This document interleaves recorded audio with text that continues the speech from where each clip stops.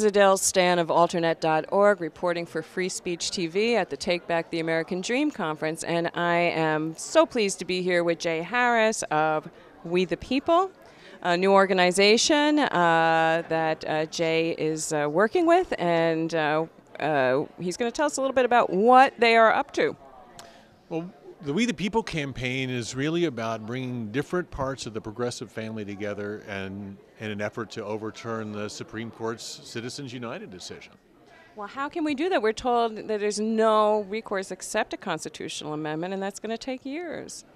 Well, it will take years to pass a constitutional amendment. That's no reason not to try. One of the things that we're talking about with people is that the Citizens United decision was the result of a 40-year campaign by the corporate right to establish a doctrine of corporate rights in the courts and in court decisions. Right. We're not going to undo that with disclosure. We're not going to undo that with piecemeal campaign finance reform. So even the Disclosed Act would not have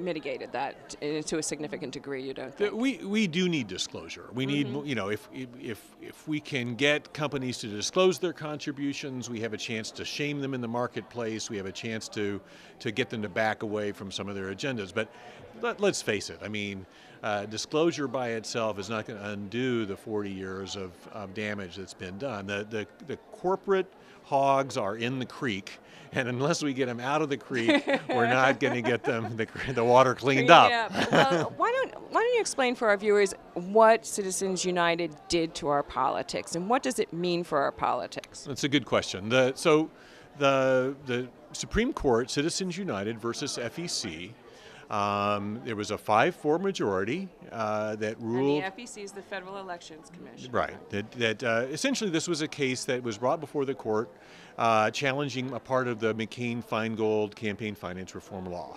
And in effect, an entity wanted to make so-called independent expenditures outside of party expenditures, outside of candidate expenditures, had said it was not allowed to do that under the McCain-Feingold law. Right.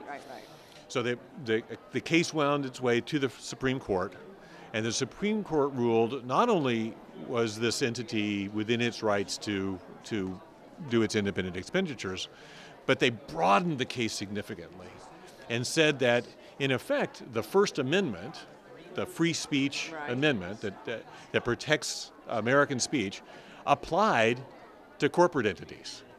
That corporations, in effect, had the same free speech rights as people. Right, and the thing is with this is that these independent expenditures, I mean, we're talking about media expenditures, a lot of them, right? I mean, these entities can buy advertising and not disclose who their donors are. This is independent expenditures, the unlimited amounts, not from corporate executives, but directly from corporate treasuries.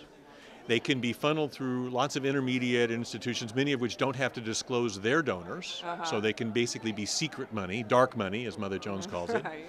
And in 2010, I mean, this ruling was in January of 2010, so 9 months, 10 months away from the 2010 elections. And in that period, there was something like $450 million of independent expenditure money flooding into the system. If you extrapolate that forward to 2012, wow. Look well, out. We've only got 30 seconds left, and so what on earth can we do? And what is We the People planning to do to bring us all together around this particular issue?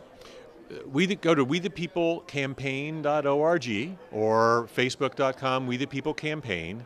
There's a range of stories on the issue from independent media that'll explicate the issue, and there are a range of actions from some of our advocacy action partners that people can take to move now on this issue. Well, thank you so much for coming by. Jay Harris of We the People, and I am Adele Stan of alternate.org reporting for Free Speech TV.